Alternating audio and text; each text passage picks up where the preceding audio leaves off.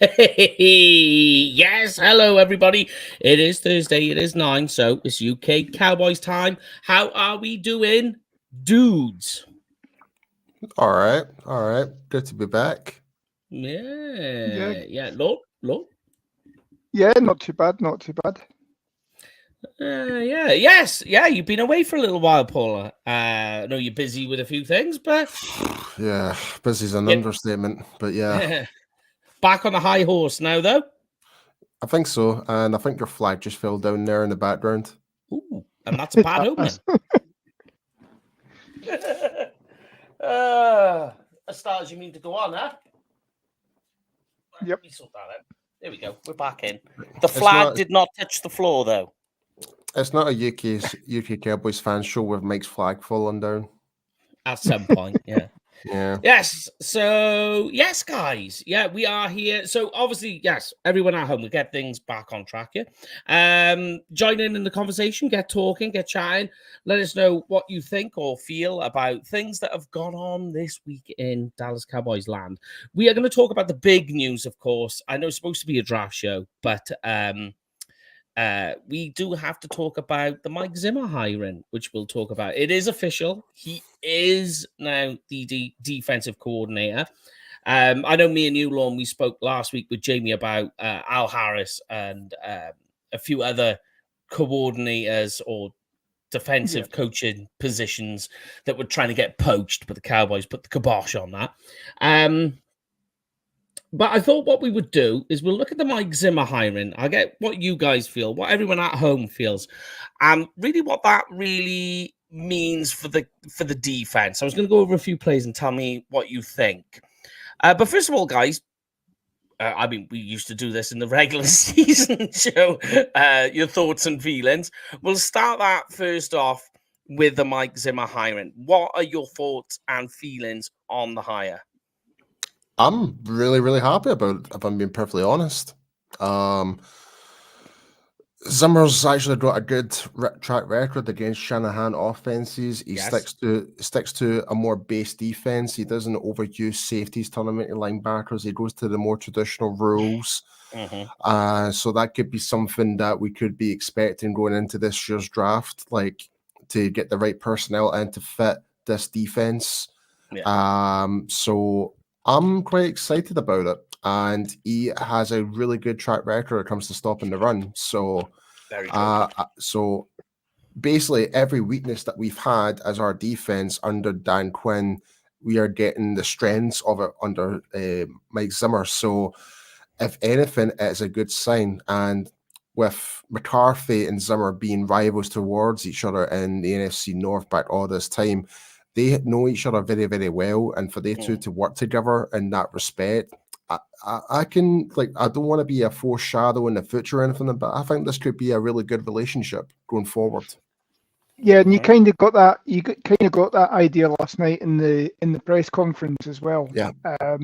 They seem to bounce off each other quite well. Zimmer was quite concerned that he had Mike McCarthy sitting next to him. All the questions were obviously going towards him, but he was like, "Have you not got any questions for McCarthy?" And trying to bounce things back off him. I think a couple of weeks ago when we had Tag and Nick's on, we were down on Zimmer. We didn't think he was probably the best, but actually having seen the footage of Hard Knocks again with the Cincinnati Bengals, they've on still, yeah. That was an eye opener for me. Yeah, understanding that he Deion Sanders keeps phoning him, and he's still got a relationship with all these players. He was involved with Jackson State, albeit not directly, but he was called into Colorado as well. So this thing about him being an old coach and maybe not being able to interact with players, his coaching style might not work. If he's been doing anything with college kids, then he should be able to have at least a mindset. And again, as much as coaching is, it's all about getting the teaching there so that the players know what the defense is all about, and then they can and they can go and run it on the field and run it as simply as possible for them. So, yeah, just kind of going back to what you were saying about the Hard Knocks, like it's the footage when he's on the sideline that really, really spoke out 1,000 words for me. Is the fact that he's holding players accountable, getting in their face to try and get the best out of them, and you're seeing on the other side of it when players are on the fringes. It's like, okay, what's wrong? Something's not right here. Like, what do you want to? Why are you here? Do you want to be the best, etc., etc.? To try and get the players that might be potential starters to get them elevated. It's like, listen, you have a golden opportunity to be here. It's like, take full advantage of it. You could make big things here, and he did that with Devon Still. Pretty good example. Still had a good number of years in the NFL because of Mike Zimmer, because he had that chat with him, elevated him up, and maybe not as long as some players you would expect, like for being like I think he was like a second round draft pick or something like that, I believe. But he played like 7 seasons in the NFL. Like played the majority obviously with Cincinnati, then went to 2 other teams after that. But it just comes to show that maybe having these one-to-one talks with certain players and that to really bring the best out of them. So when you kind of think about it, if you had Zimmer to like sit down with like say Neville Gallimore, for example, that could be an eye opener.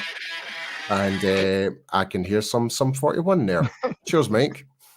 Sorry, just me. Just running the ad, and it decided to start playing on me. I don't know why. All right, but yeah, it kind of feels like, okay, this is the type of thing that we might like, because we didn't really see that with Dan Quinn. Dan Quinn is obviously up in the box. He's not there on the sideline like the majority of all defensive coordinators, the majority of them.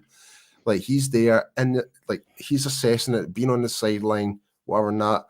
Like I'm not holding that against Dan Quinn as a criticism. I prefer the approach of being beside your players and actually talk to them face to face right there, right then, and get the problem resolved rather than passing the message down to a phone call or passing it on to your assistant coaches.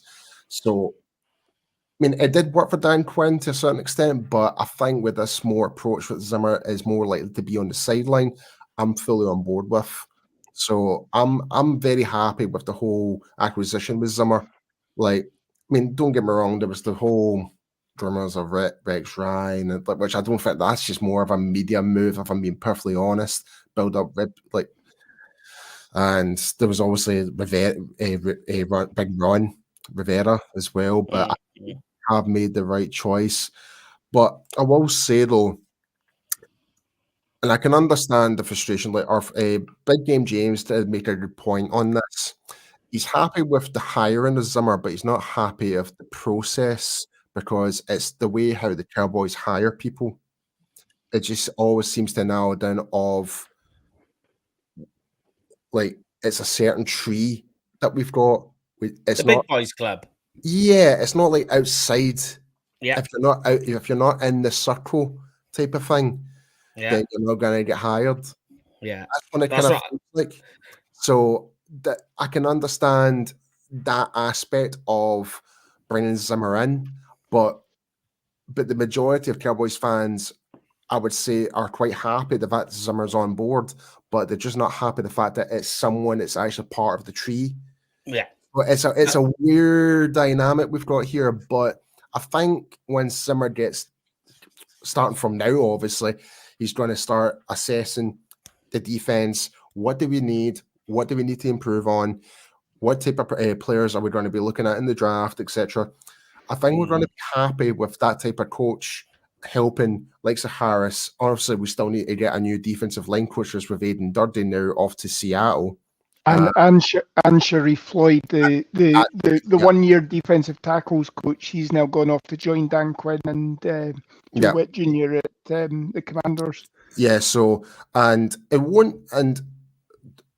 this won't surprise me of us making an approach to the New York Giants defensive line coach, who I can't remember his name top of my head, but Andre Patterson. That's the one. Thank you, Lauren. I knew I could always rely on you in that. So yes, Andre Patterson, who has been with Mike Zimmer for way over 10 years plus, Yeah. Even at Cincinnati, Minnesota, it would not surprise me. We bring him on board to be our D-line coach. Would not surprise me. So, Well, the Giants have actually blocked that. Similar. have they? To Wow. Yeah, they blocked Okay. that, so that isn't happening. Obviously, Zim had a phone call in the middle of the press conference. Someone was phoning him back looking for a job, or that's what he alluded to as well. So Interesting. but they've obviously got work to do to finalise the staff, and I think that's probably going to go on till probably a couple of days after the combine, because the combine is still a sort of melting pot for executives as well. Yeah. So and to pick up staff, like it's a Yeah. good place to interview not just the players but future staff members. It's like you say, it's a great melting pot for it all. Well, here's a good thing then. But this could be where this could please Cowboys fans. What I was kind of talking about, like thinking outside the bubble here. We could go in a different direction. Of Mike Zimmer might actually know someone from the college degrees to bring on board to give them a shot in the pros. This could be something that we've not even thought about, because we have thought about who's Zimmer worked with all these years. Like that's Patterson. Like you said, Lauren, that's now been denied. Okay, what else can we look at? As Zimmer had a good interest of liking a coach that, like Jackson, what's it, Jackson State? He was at the college he was consultant for. So there could be a guy there we could look at. There could be some other coaches that he actually said, I like to look at him. I like what he's done for that college. I like how he's kind of like set out. This actually would fit my idea of our scheme going for Dallas. I would like to take that chance on this guy.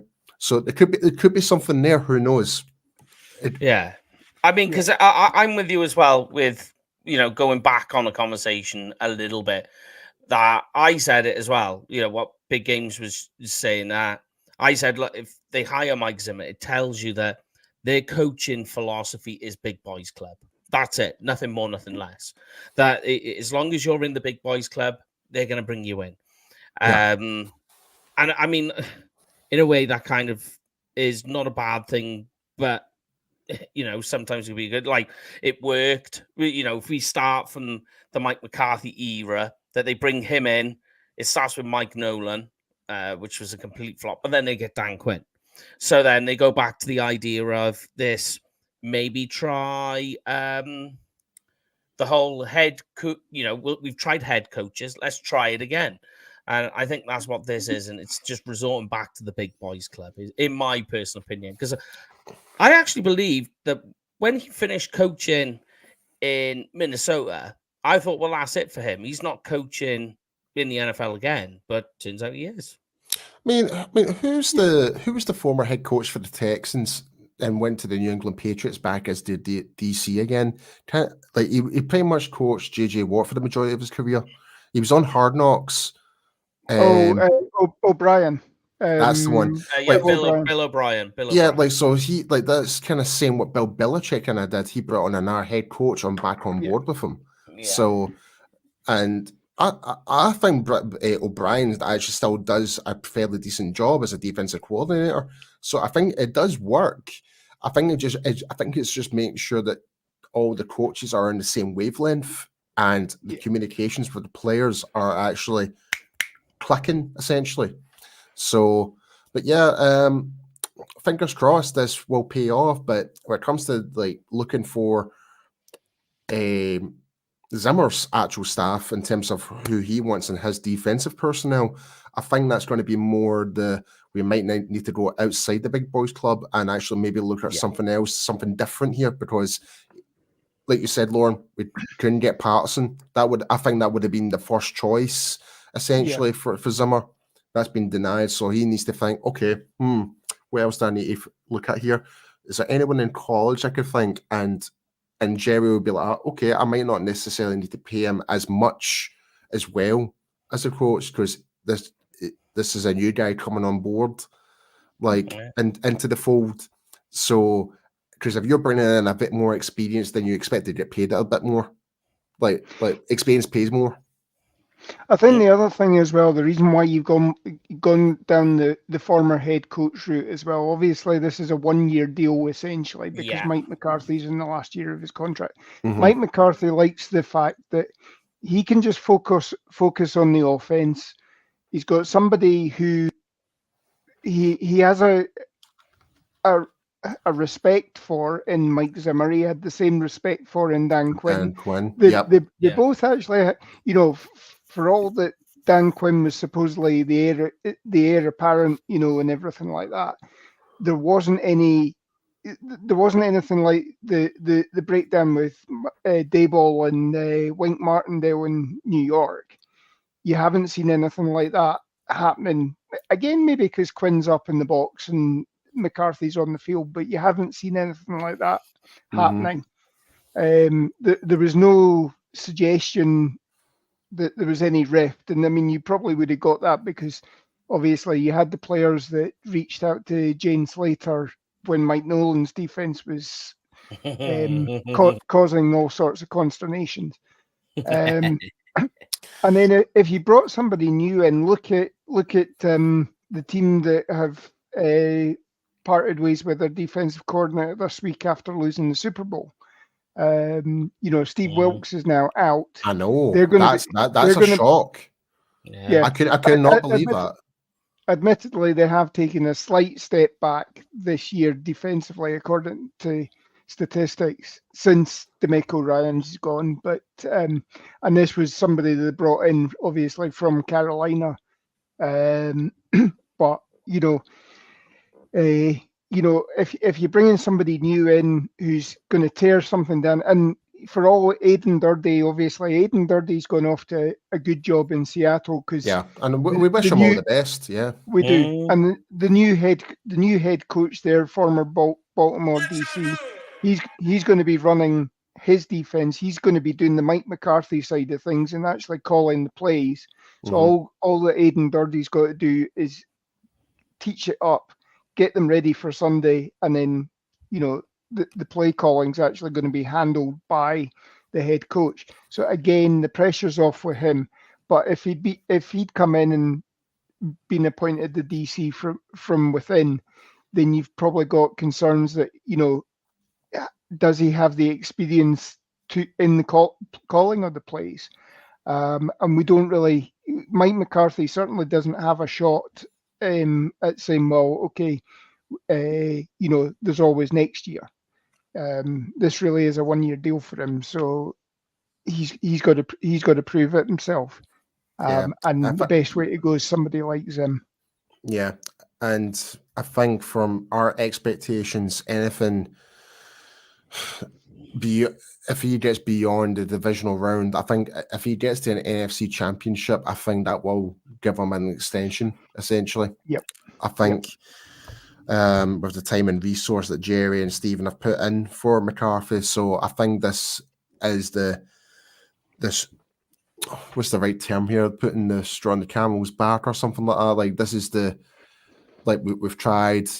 We just can't get over that final hurdle. We may have to try something different here. That what happens next season, if it's success, then great. We'll keep on McCarthy. If we don't, then we need to expect it could be a full rebuild for all we know. After in the further future, who knows? But yeah, it's going to be a very interesting season, and I'm probably like yourselves. I'm not like your typical Cowboys fan that says, "Oh, it's Super Bowl this Super Bowl," that like it's our year.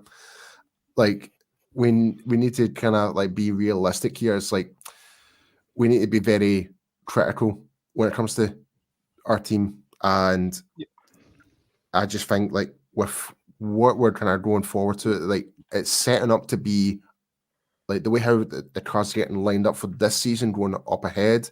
And not to mention, we don't know what we're going to be doing in terms of players. Like, are we going to bring back Biadish, which the rumors are based on Brian Broaddus? Biadish is not coming back. So we might be looking to kind of go for is it Powers Johnson, the center from Oregon, which would be a fantastic pick fantastic. My But scouting report on him just came out about an hour ago. Yeah, I read it. It was fantastic, mate. It was fantastic. So, and I've watched some game film of him because, as you know, me and Lauren would like we are obsessed with O-line and D-line. So, yeah, we're obsessed with the trenches. So we know what we like, and Powers Johnson is no joke. So if we were to land him in the first round of the draft, great. That kind of fits that void. But you need to think about all the other aspects as well. So we've got one piece of the puzzle here with Zimmer now on board. It depends who he brings in, and it depends with now that personnel for defense. How is he going to address that system that he wants to impose? Do we have enough depth for linebacker? Do we have enough personnel for in the secondary? Do we have for like some Mike McCarthy? What else do we need to improve on the offense? So there's a lot of moving pieces we still need to kind of figure out before the season even starts. So when it comes to free agency and when it comes to the draft, this is going to be a big year for us. And Jerry did state saying we need to go all in this year. So if that's whatever the case, that means, I'll take whatever Jerry says with a pinch of salt because he has said that in numerous years, and we've just picked up players that Dan Quinn wanted. Like Jaron Kearse, etc. Like, don't get me wrong, they've turned out great for us and stuff like that, which is fine. But they served the purpose. It served the purpose, but it wasn't what we were expecting. Yeah. Like, the expectancy was maybe go all out, get a Mari Cooper. That type of all out. Like, that was a big thing for us, like, back then. So, it really just depends, like, because we don't really have as much draft picks we would like to go into this draft, so we need to be very cautious. And in terms of where we are in the salary, the players are coming up with their contracts, etc. We need to be very precise on what we're doing this year if we're going all in. So it's going to be a very complex off-season going into the new season, I would say. So we'll go with offense first of all, right, guys? Because I just want to key on one thing, and then we're going to move to the Mike Zimmer defense, right? And I'm going to ask you whether the players fit the bill, right? Oh, talking of Bill O'Brien, who we were talking about earlier, by the way, Paul, he's about to become the head coach at Boston College. Just like wow, okay, yeah, he was at Alabama, then he went to Ohio State as coordinator, and now he's looking to get a head coaching job for the Eagles. Oh, congrats to Bill O'Brien. It's a good college. I just thought I'd let you know. Yeah. No, that's great college. Really good team. They had Steve Flowers there last year. So always churn out offensive linemen, Paul. Yeah. If you're gonna watch tape on offensive linemen, just go to Boston College and start there. It's a great place to start. Oh yeah, absolutely. No.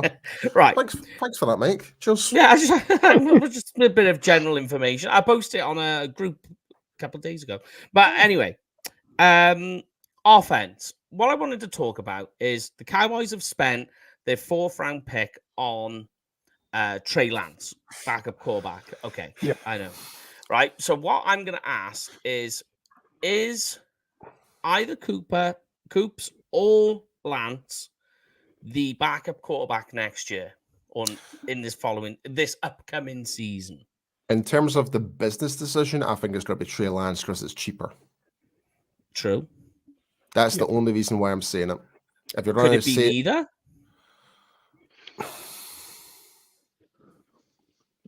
I think you're probably going to have both on the roster, or you're at least going to. Obviously, this new rule that was brought in last year, we kept three QBs, and obviously, you know what you've got with Cooper Rush. He's under contract for this year. It's only $1.5 million. Relatively cheap. You know, unless you go drafting something or picking somebody up as a UDFA, you know, you to develop. But then again, this is a year where Mike McCarthy's all in, so you don't do that. We can't afford to go out on a backup quarterback this year. We can't do it. Like as much as Mike McCarthy does like doing that, we have bigger needs this year. Like there's O-line, there's running back, there's like those are the two main things for the offense is the O-line and the running back position because we still don't know what we're going to do with Tony Pollard yet. are like my guess is I don't think we're going to give him an extension. If I'm being perfectly honest. Nope. I don't either. I think you let him go and test. Let him go and test the waters. If nothing happens, you sign him back, much the same way you did Leighton Van Der Esch when he was a free agent. But obviously that puts you on. That gives you the leverage in any contract negotiations if there's nothing out there. Yeah. And with this year's draft, like I don't think there's many running backs in the early rounds that's worth even looking at. But in terms of the later rounds, day 2. Yeah, it's definitely a day 2. I would say like maybe third round minimum. But I think it's going to be like a 4th round draft pick for a running back, perhaps. Well, we don't have a 4th round, sorry.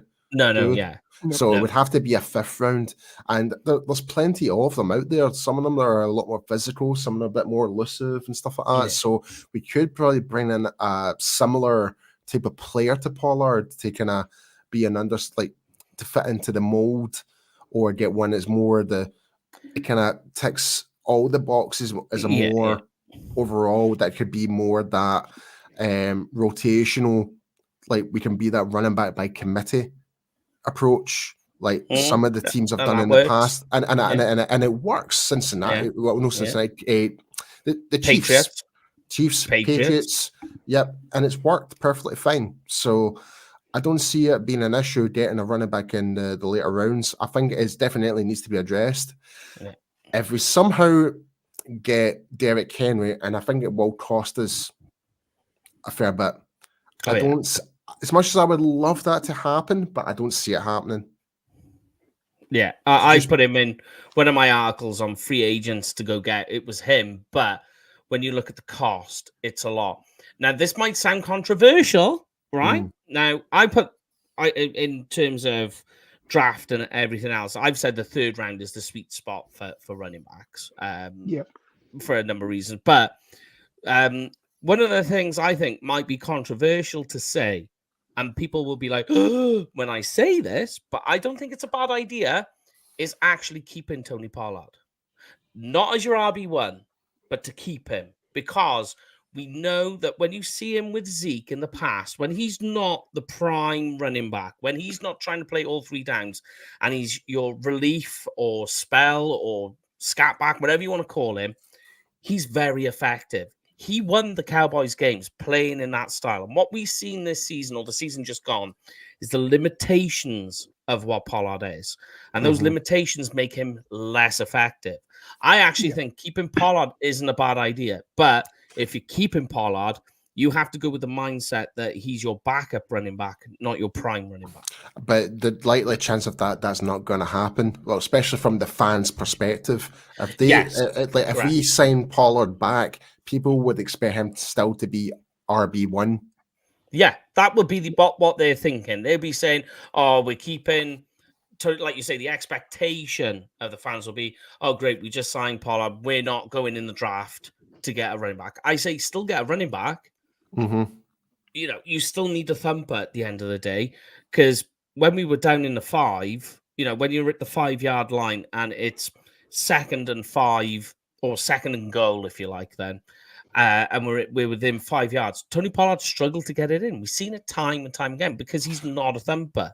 Yeah, I mean, look, even though his stats, like from a general perspective, he's over 1,000 yards a season running back. Yeah, it's great, but for the type of player he is and the limitations, like he could have like for a running back number 1, we expect him to throwing up the stats like your McCaffreys and stuff like that to be that type of barn burner essentially.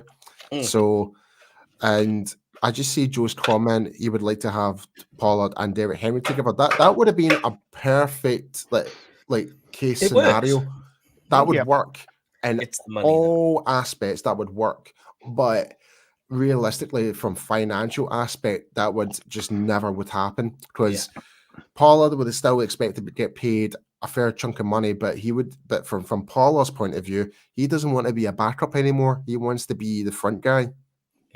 And on another team, he probably can be. And I think when I was looking at it, his market value is around about 7. And that would be about the same of what Derek Henry is looking for.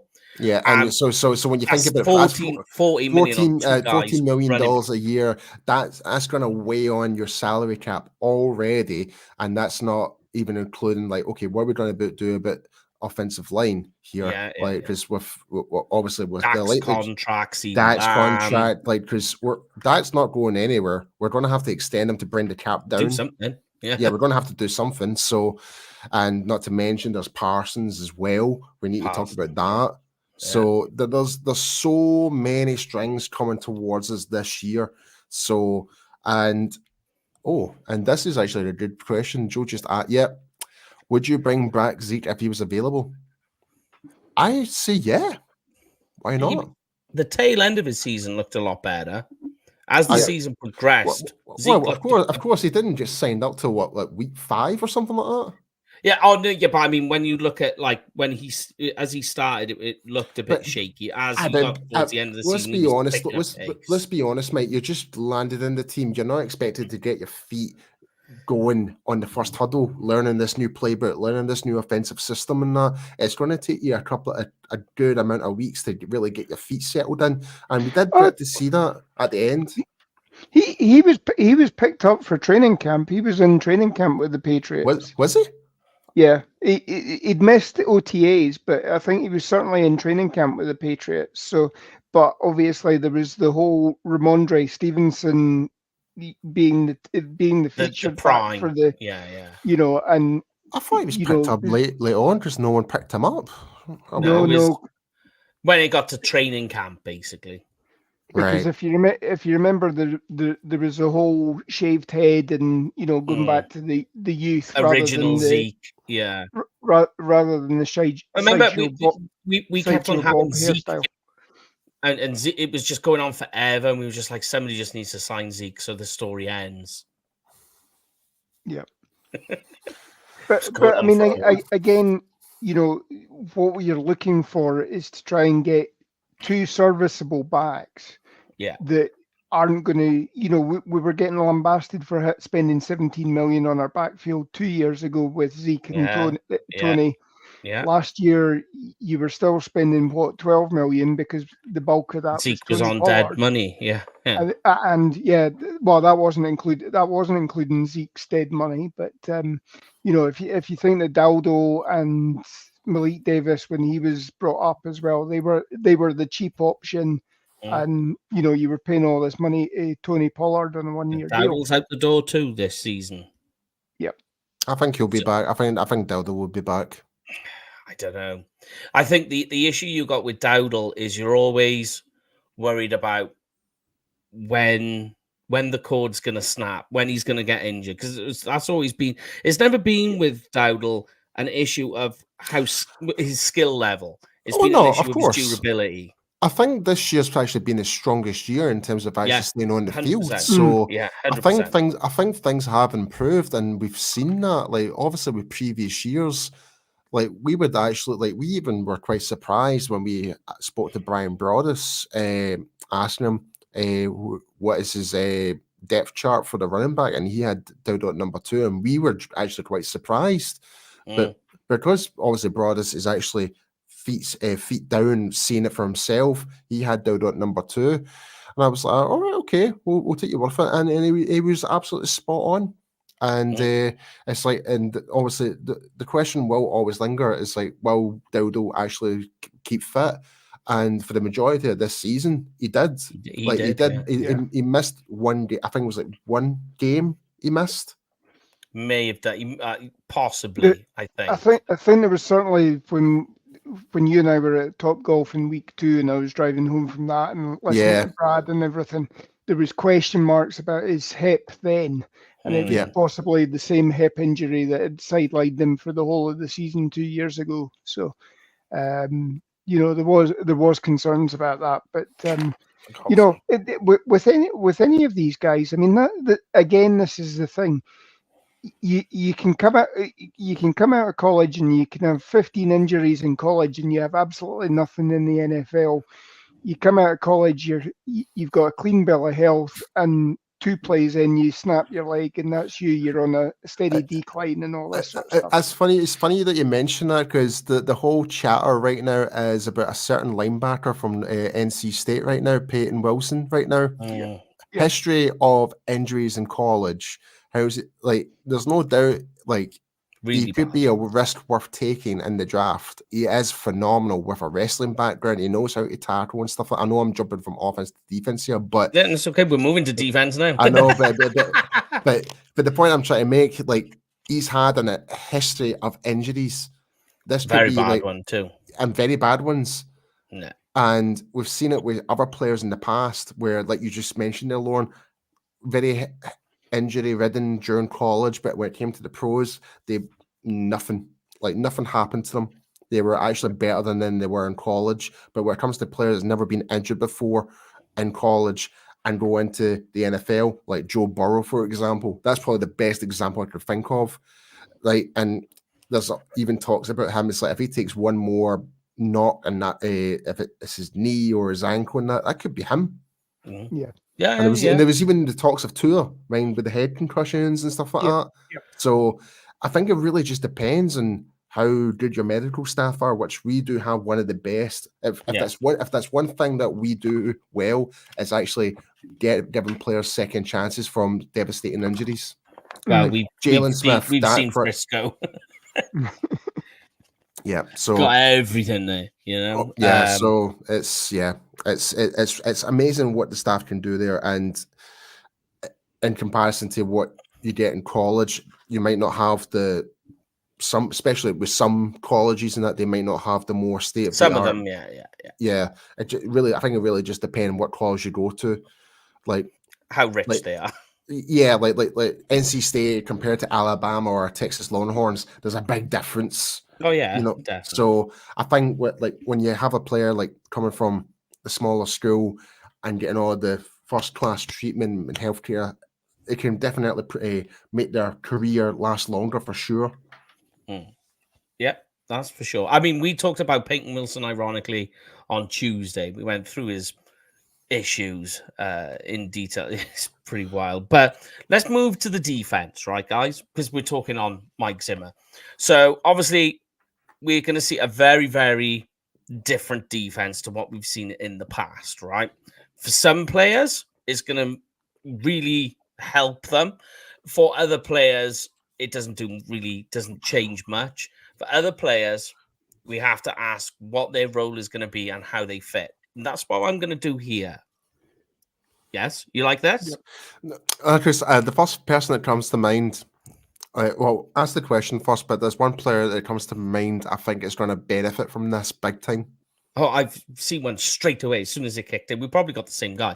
So obviously the Mike Zimmer defense, as you say, it's going to be a little bit more traditional. I still think there's going to be high elements of the nickel defense. So just 2 linebackers on there. When you think of the Vikings defense with like Anthony Barr and all the rest, I'm trying to think of that and predicated on the defensive back safeties most certainly, right? So the cover 2 is really the Mike Zimmer defense. So I thought, first of all, let's go to the linebackers, right? And then we'll talk about the defensive line, which is the big one. I think me and you were thinking of the same guy, Paul, by the look on your face. All right, well, I'll tell you what, Mike. We'll do the count of 3 and we'll say the name, right? All right. 1, 2, 3. Mazzy Smith. Oh, really? I was thinking D-Law. Yeah. Oh, wow. I'm going with Mazzy Smith. Mazzy Smith makes a lot of sense too. But what we'll do, we'll go to Damone Clark, right? For me, I think having Zimmer in doesn't change much. I don't know what you guys think. I think it's the cover 2. You can keep Damone Clark playing the lateral game, which is what he's best at. That will type linebacker that can float and find the ball carrier and tackle. Very few missed tackles. Very disciplined. Understands his role. He's not like this elite game-changing linebacker, right? Is what I see Damone Clark. But he's a guy who you say, this is your job, and he'll go do it. I don't know what you think about that. I'd agree. I mean, again, Mike Zimmer is very good at getting the best out of guys who potentially aren't big body guys. You know, he had Dexter Coakley, that win, back in the heyday. Oh, if where you're going they back were all the way 4-3, when, yeah. and obviously Win is tiny too. Parcells came in. Parcells wanted big linebackers. That's right. He ended up eating his words because of the eating job crow, that the job that Zimmer did with those guys. He actually apologized, Lon, for saying, because he said he thought that win, he was like, he's not a linebacker, he's off my crew. And he ended up apologizing because he ended up leading the league in tackles one year. But sorry, carry on. The one thing, again, picking up on what was spoken in the press conference last night as well, is this isn't going to be a traditional Mike Zimmer defense as well. In some respects, he's saying he's coming in. He's already started watching tape. Now, I believe him when he says this. This isn't the Mike McCarthy. Oh, I watched but he's coming in. He says he knows what the strengths of this defense are that he's coming into, and he's only wanting to work on the weaknesses. Now that means that I think as Paul's saying, Mazzy Smith. Why the hell was Mazzy Smith losing 30 pounds or whatever? Yeah, that didn't make 30 kilos. Jeez, he'll be bloody. Well, no, 30 kilos. He'll be the size of Jamie. It's hard to get to Jamie's size. Oh, I know. I'm trying to work on that, but but I totally agree with you, Lauren. Sorry. Yeah. So I mean, there is going to be a renewed look at rush defense there, and Mike Zimmer does like that.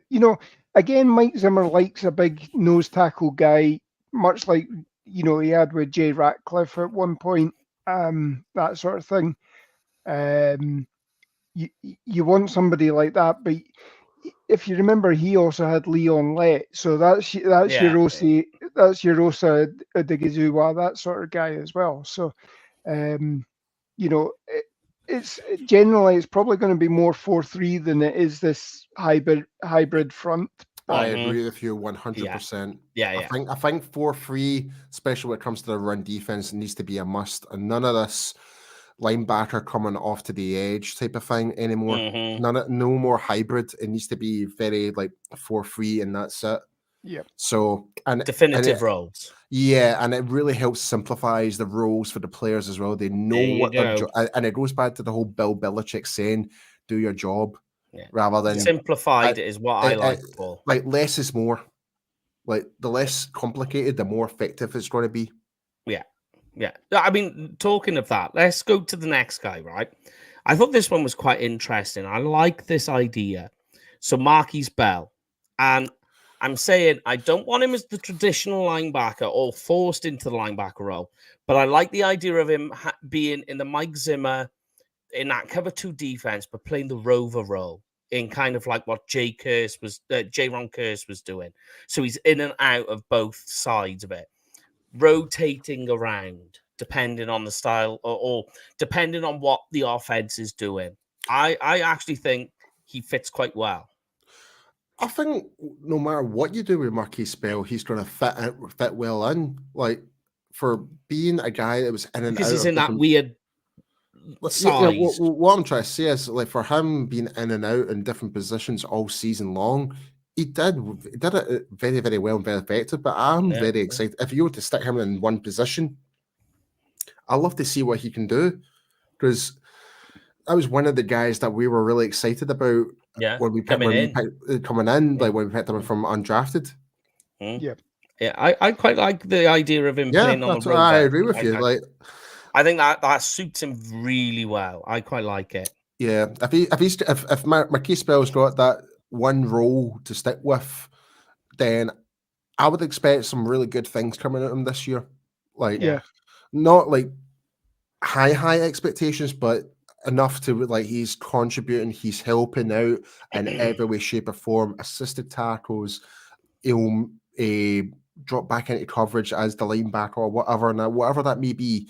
But if he knows that solid role that he's doing that, and he can perfect that craft under that role, I think he will continue to stack good games. I think the word I'm looking for is flourish. I think he's going to flourish even more. And I think if you define his role as well, he knows what he can spend all off season. If you tell him he's going to be a linebacker, he can go and work on putting 15, 20 pounds Bulking up. on. Yeah. Exactly. There you go. Yeah. That's another thing as well. Like It- if you're like, remember what we did with Tyron Crawford year I in was and just year about- out. I It's like was just okay, about to say, it's like Tyron, you're going to be free tech. We need you to put in an This extra year, £20 this year. It's like all right, okay. Well, and then a new like defensive coordinator or new D line coach. Okay, we want to make you more hybrid, so we might need you to shed those £20 back down again. to play a 5-tech. Yeah. Like as much as I love Tyron Crawford, but I hated how we utilized him. If we just stuck him to that one role, that would have been great because I think he would have been much more effective being that guy stuck to that one role because he was truly a defensive end, but pushing him more into the inside, he did do his job, but I feel like we lost that little bit with him on the edge. So I think, and this kind of goes back to the whole Mazzy Smith when it comes to adding weight on. So I think all the clicking points are starting to click here. It's like, okay, like we're going to bring someone in that's actually going to nullify these annoyances, these weaknesses, like get Mazzy Smith some more weight back on to make him a proper defensive tackle the way that Mike Zimmer has utilized him in the past. Like say like if he's trying to make Marquise Bell a linebacker, then obviously he's trying to pack on some more muscle, which is going to be great because we need that, especially when it comes to the run defense, because that's one problem to take the impact. Take the impact, because that's one thing we were very undersized with the guys that were coming in to fill those positions 100%. Down. So all those are good points to really suss out. So I think we're in a good place of knowing what needs to be done in this off season. So I think me and you are in the same boat here. We're in the same line of thinking, Paul, when me and you said D-Law and Mazzy Smith, right? I'm saying D-Law is a huge plus on this Zimmer defense because he's all about the run defense. He's one of the best run-stopping defensive ends. So he's going to, I think Zimmer's going to lean on Tank a lot and go, set the edge, control it, you're the guy. And I think... Especially on the strong. Yes, definitely. But is that the same line of thinking of what you think really what was so my style of thinking is that's what he's good at? Is that the same line of thinking with what you've got for Mazzy then? And talk about Mazzy on this defense. Yeah, I totally agree with you. I think this will benefit D-Law quite well. Like whether he's to put in more pounds or whatever, and that I think he's fine the way he is. Like he's been very consistent. Like he's not getting, the stats that people would expect him to be because he is like a so-called edge rusher. Yeah. Oh, sorry. Yeah. So, but the thing I'm kind of not worried about is the knock-on effect. Zimmer coming in, what's that going to do to Micah Parsons now? There we go. Well, this is the one. We'll get to Micah in a second because I want to really save him to last because he's going to be the most complicated one to try and suss out. Because I put Chauncey Golston. I think Zimmer coming in is a bad. This is bad for Golston. Yeah, I agree with you. We were talking about Crawford, the moving up and down the line. He's the undersized defensive tackle. Zimmer is just going to look at this guy and go, I don't know what to do with you on this defense. Yeah, because when you think about it, we've got two true free techs in Gallimore and Osa. If they keep Gallimore's on the move. I think Gallimore will now get kept because Zimmer's now on board. I think. Interesting. Potentially. That depends what the free agent market is for him because he is out of contract. So you've got to try and get him back. I think there might be a deal in there for him potentially because Zimmer might actually like his traits, but make him set as a free tech. Same with Osa. We've got our one tech or zero or whatever how you might want to line up your forefront in a way. Yeah. Like with Mazzy and is Hankins out for a contract this year? Yeah, he's out of contract too. That's a big question as well. We'll probably need to get in our defense and our one-tech defensive tackle if we don't bring back Hankins again. But So Again, Hankins wants to come back, as does Gilmore as well. So, potentially there's a secondary sorted again. and that's a great thing. The fact that we've got players wanting to come back, that's a great thing. Like, and this is despite not with Dan Quinn now gone, they're not like going on podcasts. Sorry, Micah, I'm dissing you here. Like saying I'll go where Dan Quinn goes or anything like that. We're not seeing any of that from the majority of our defense. Yeah, no, definitely. Here's one for you that I think is, and this is where the question marks begin to happen, right? So we'll put these three together, right?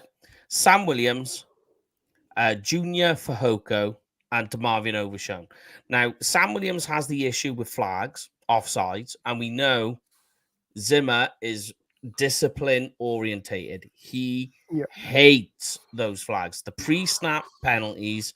He hates. Sam Williams, as good as he is as a defensive end, I've spoken about him a number of times, and I think he could break out. He could be the breakout player this year. This could be the big surprise.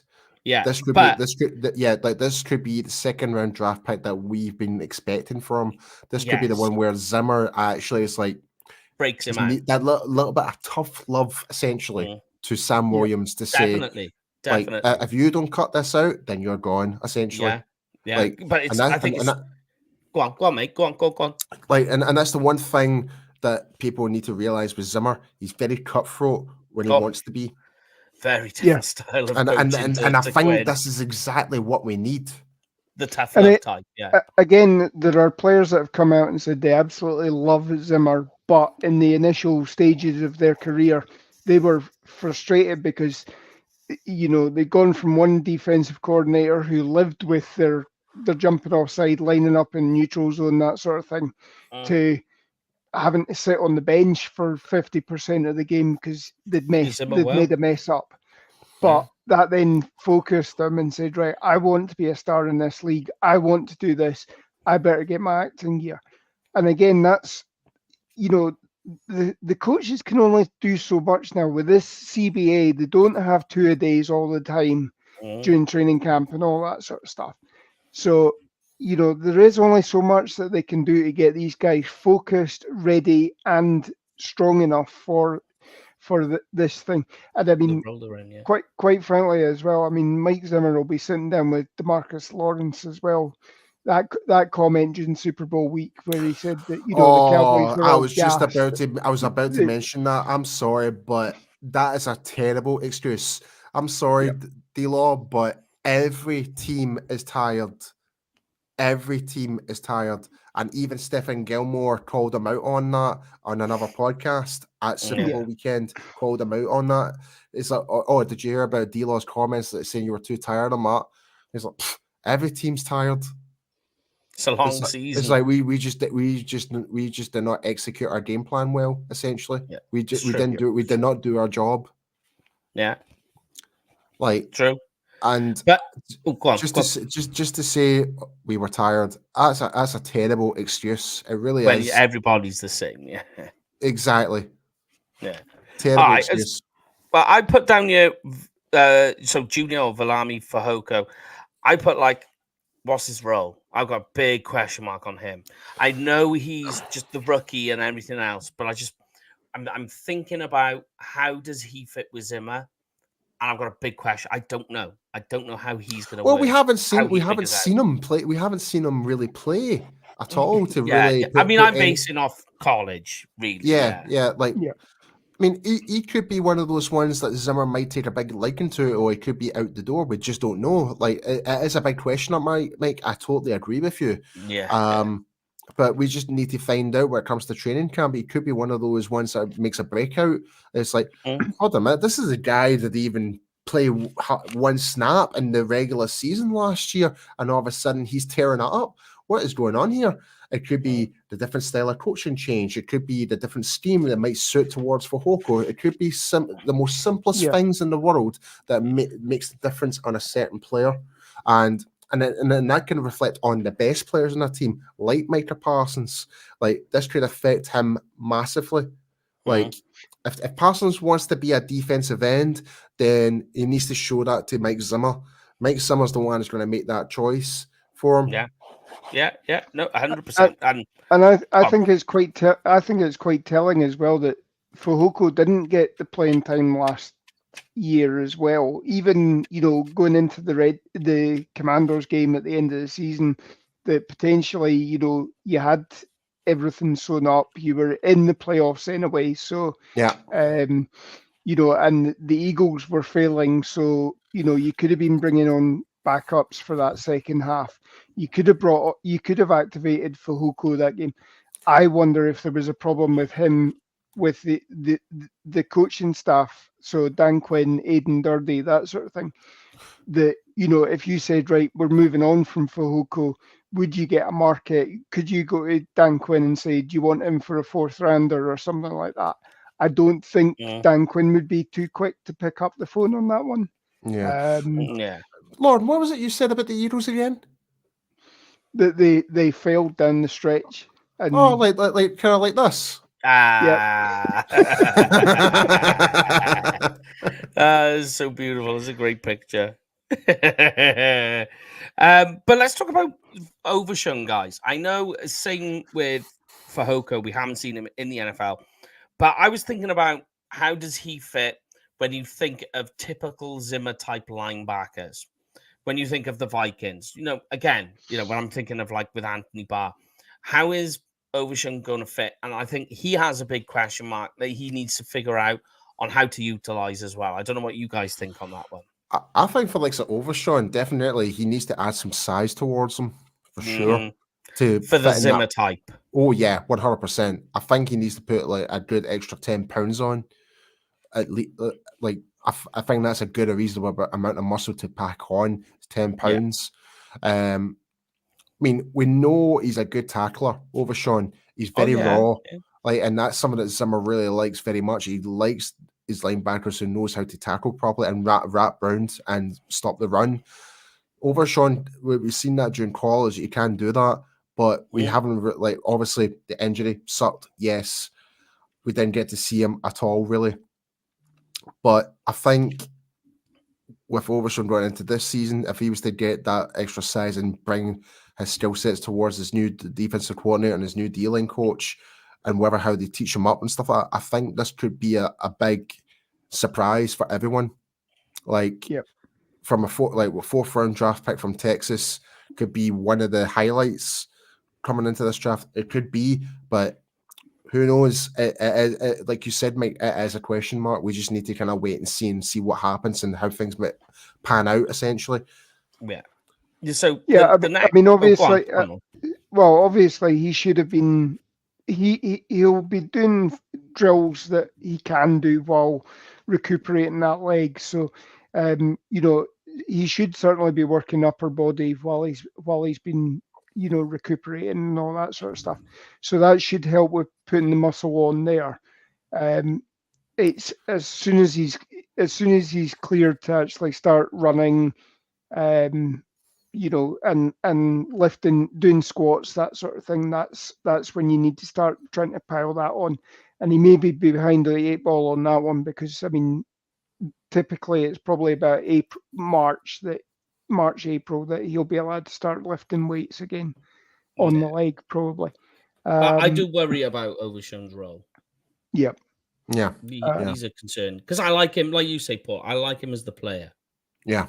I mean, it made sense drafting him. Made absolute 100%, sense. 100%. And do you know what's really unfortunate, I think, Paul, here, is that I think Zimmer would have more of an idea on how to utilize him if he hadn't got injured this year. I think the injury is the double-edged sword for Overshown. Yep. Yeah. All right. It's an absolute shame because he could have been a big big difference in our run game this year. Could have been. He could have been. But let's go to Izzy Mukwamu, Nahshon Wright, and Eric Scott. I think Nahshon Wright and Eric Scott, I think they could be guys in a little bit of a pickle here because they're those taller type lengthy cornerbacks. Yeah. We're better in Yeah. zone than they are man. And if he's playing a lot of cover 2, how's that going to translate for these guys? Israel Mukwamu is, I think, the wild card here. What do we think? Does he translate to the Zimmer defense? Because I got a question mark. Yeah, I mean, just that was purely Dan Quinn's acquisitions, essentially. That might not be what Zimmer is kind of looking for. He will kind of looking for more guys like your Gilmores, your Diggs type of size. Yeah, like ones that can actually like cover Jam. the man. Yeah, yep. Like, yep. And let's be honest, like Zimmer doesn't really do. Well, the only time he ever did zone covers was under a. Help me out here, Lauren. Former Cowboys coach. My God, Parcells. There we go. Yeah. Yep. That's the only time he really did zone defense was under Parcells. Any other time, he's been pretty much more of a man coverage. Yeah. It's so so I think if I was McQuamu, Scott, and who was the third one? Nation Wright. I'd be concerned if I'm being honest. I'd be concerned. With you. Yeah. I mean, McQuamu, what position are you playing him? Safe, obviously. This is the problem. Yeah. Jaron Curse is out the door. He's a free agent at the moment. You've got good play out. Well, you got good play out of One-Way Thomas this year in spot. Notice how I didn't mention him. Yeah. McQuamu was another one of these guys, along with Marquise Bell and One-Way Thomas, that you were talking about, could step in and play safety. There you go. But I think the telling thing for Nahshon Wright again is that, when Stephen Gilmore was struggling with the shoulder, we had to go to zone for this Packers game and all this sort of stuff. Why, if you had so much faith in Nahshon Wright, you could have taken Gilmore off and, you could have at least done a better job of man coverage. Yes, you're missing out on an experienced corner, but surely if you've been training Nahshon Wright up, and you should have a level of excitement in him or a level of confidence in him, 100%. then you could have said, right, next man up, and we'll try and scheme for that, rather than going to this zone coverage and what have you. So I think Nahshon Wright's on the bubble. Eric Scott, I think, gets a pass because he's still on his rookie. He gets a pass because he was a rookie. Yeah. And, again, he showed, if all Mike Zimmer needs to do is go back and look at camp, Eric Scott was actually doing quite a good job in camp. You're surprised that he didn't get more playing time this year. Very surprised. Especially when Diggs went down. That you thought everybody would bump up one, and that Scott would be on there. But again, he wasn't. He didn't get the playing time that he probably thought was possible. Yeah. No, all right. Agree. Ready to talk about the big one? Yeah, go for it. How does Micah Parsons fit on this Mike Zimmer defense, and what is the clash going to be like here? Because we know Zimmer has already talked about podcasts and player podcasts. We know how well Micah Parsons plays from multiple positions when you dot him around. How do we, though, think Zimmer's going to deploy Parsons and deal with him as a person? I don't have a problem with Parsons as the person. I think he would. Yeah, I have no concerns of that whatsoever. I think the only thing that I'll be concerned about if Parsons is thinking about the big paycheck if he's playing as a defensive end. Yeah, exactly. Rather than playing as a linebacker, because the difference money is very different. Very different. So I think from that perspective, obviously Parsons would rather prefer to be the defensive end. But Zimmer might actually think he's more better suited role for the linebacker role. Boom. Yep. Thank you very much. I think the one thing that's maybe in favour is that Micah Parsons, again, it's on his podcast, but he's come out and said the culture needs to change for this defense, and he's going to help change that culture. Now, that then means that he should, and I think it's frowned upon at the moment, any interaction with coaches and all that sort of stuff until the second phase of the off season. But I think Micah Parsons should be accidentally at the Star round about the same time Mike Zimmer's going for lunch, and they sit down and have discussions at the tray table and all that sort of stuff. Yeah. And get on track so that you hit the ground running with them. Or even be on a phone call or something like that. Yeah, have an understanding of an understanding of what's going to be asked of you.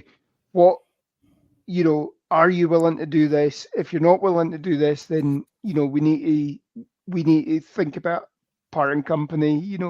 And I've seen some people talking about that we could get a couple of draft picks for Micah Parsons. You get a lot. Yeah, we would get a lot for him, put it that way. Yeah. And at the same time, I'm not ruling out anything right now. Anything could happen. Parsons obviously wants to stay here, obviously, but he has said that. And I think for me, like if Parsons wants to kind of change the dynamic of this defense, then he needs to stop what he's doing for start. Yeah, like he needs to get on board what Zimmer wants to do and what Mike McCarthy wants to do, rather than be the leader of the defense. If he wants to be the leader of the defense, then be the leader of the defense. Don't just like on your leisure time and stuff like that. Like you should be focusing on, like, yeah, he's talking about football, yeah, he's talking about us, yeah, but it's going to attract the wrong type of attention, and you don't want that. You want to be 100% focused. Anything you put out there, like if you want to be focused, keep it indoors. Like the less we hear about stuff, the better. Yep, it's true.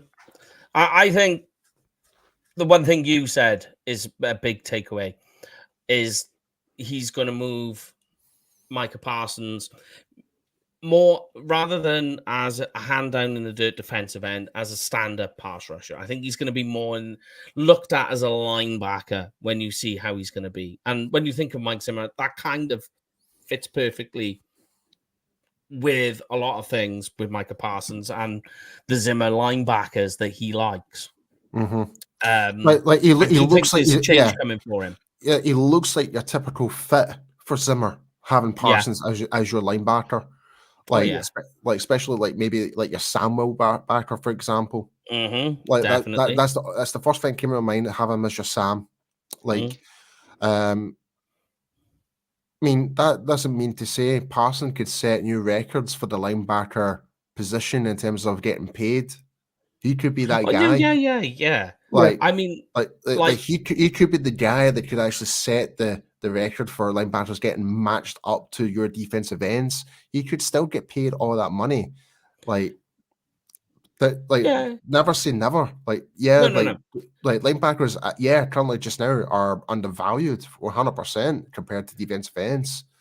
But I think Parsons could reset that market and give other like star linebackers in the league that new voice and shout out there.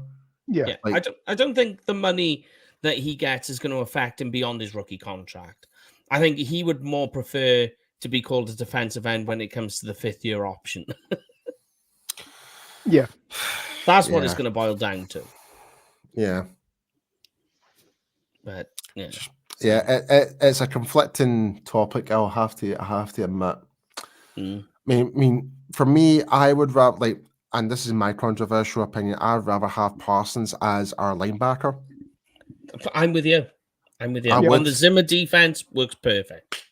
I would rather even under Dan Quinn, I would rather have your Dante Fowler as your other defensive end and have Parsons to be the off-ball linebacker. Yeah, that's what he was in Penn State. And you can do things with him as a linebacker. You can line him up out wide. You can line him up over the center. You can move him around. So again, teams know that potentially you can blitz him.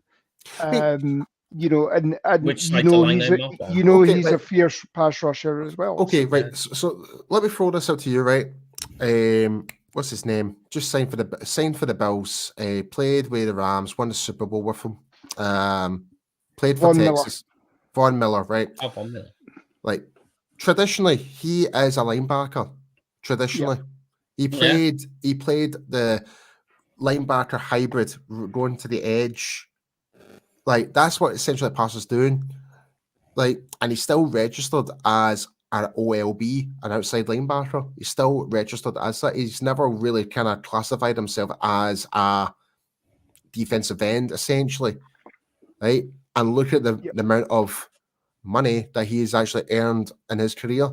It's right up there with defensive ends, essentially, right up there. So that's a good comparison Parsons can look towards to, if that's what he if that's the whole potential issue, if there is any at all.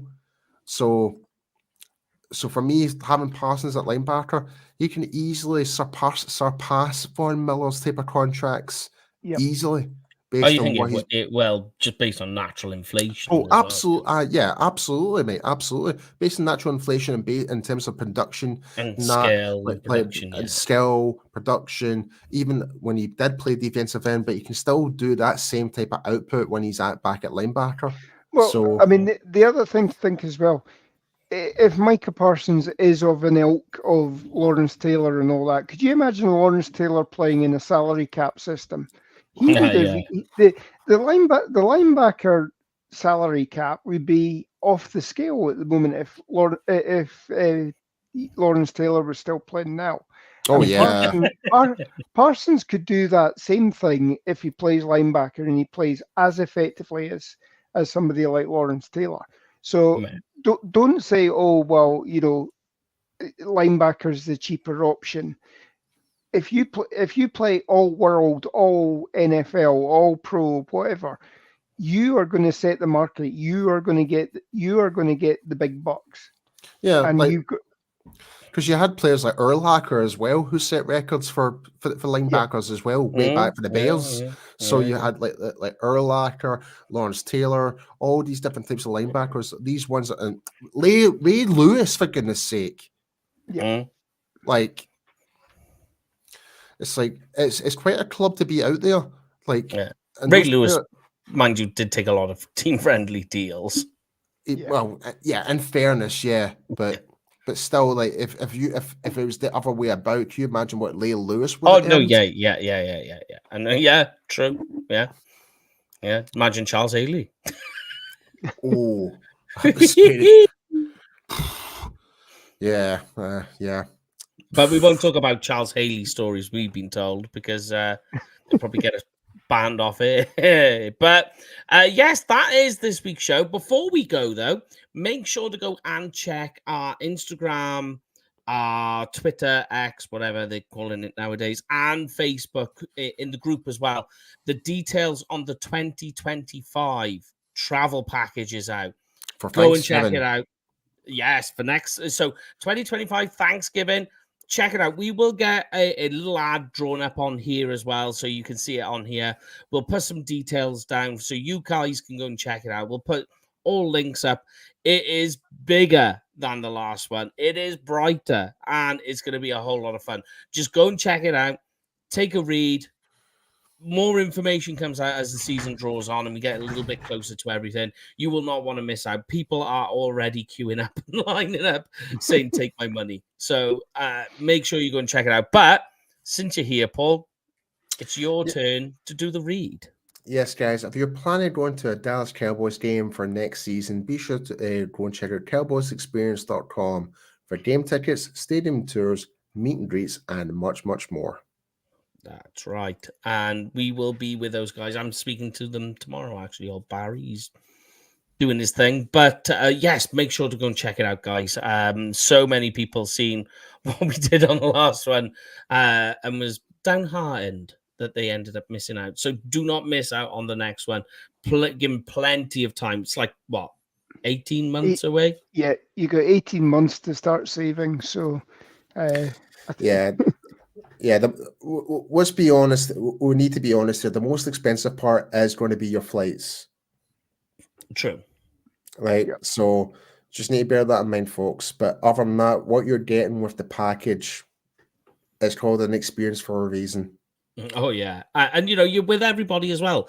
We're all in a group. We're all collectively together. We're all doing it all together, which I think is what was so massively appealing to the last group we had come with us. Yeah, because if there's one thing that I thought it was great to have last season, just there, is the fact we've actually got to meet a lot of fellow UK Cowboys fans in the flesh, and we just built up a really good bond where we were over there. We had such a good laugh. And yeah, it was definitely one of the best highlights. Being a Cowboys fan was going to be with everybody from the community. In a group. Yeah. It was You fantastic. banded all together and being together. Yeah. I mean, I've known some of the guys that were on that tour. I've known them for 30 years, but this was the first time I got to actually meet up with them properly. So, Yeah. You know, and I say that bus trip that we had where we did the hard date barbecue, the Star, everything like that. That probably was a great bonding experience there because we were all chatting, we were all knackered after the game, but you were still. Well, I was hungover, Lauren. I don't remember much.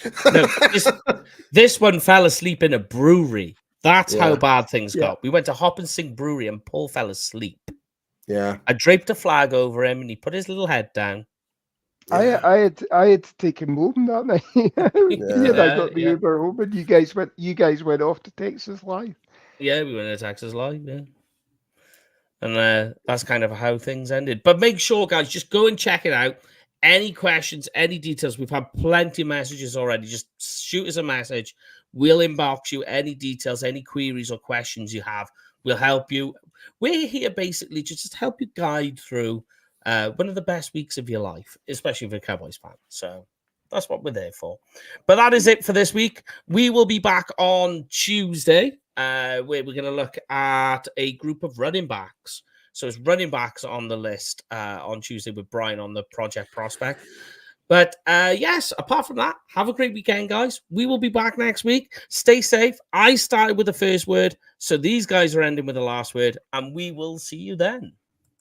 Yeah, have a good week, guys. We're one weekend closer to the start of the regular season. It's a long way off, but we're getting closer. I'll just say my usual spiel. That was what I was looking at. There it is.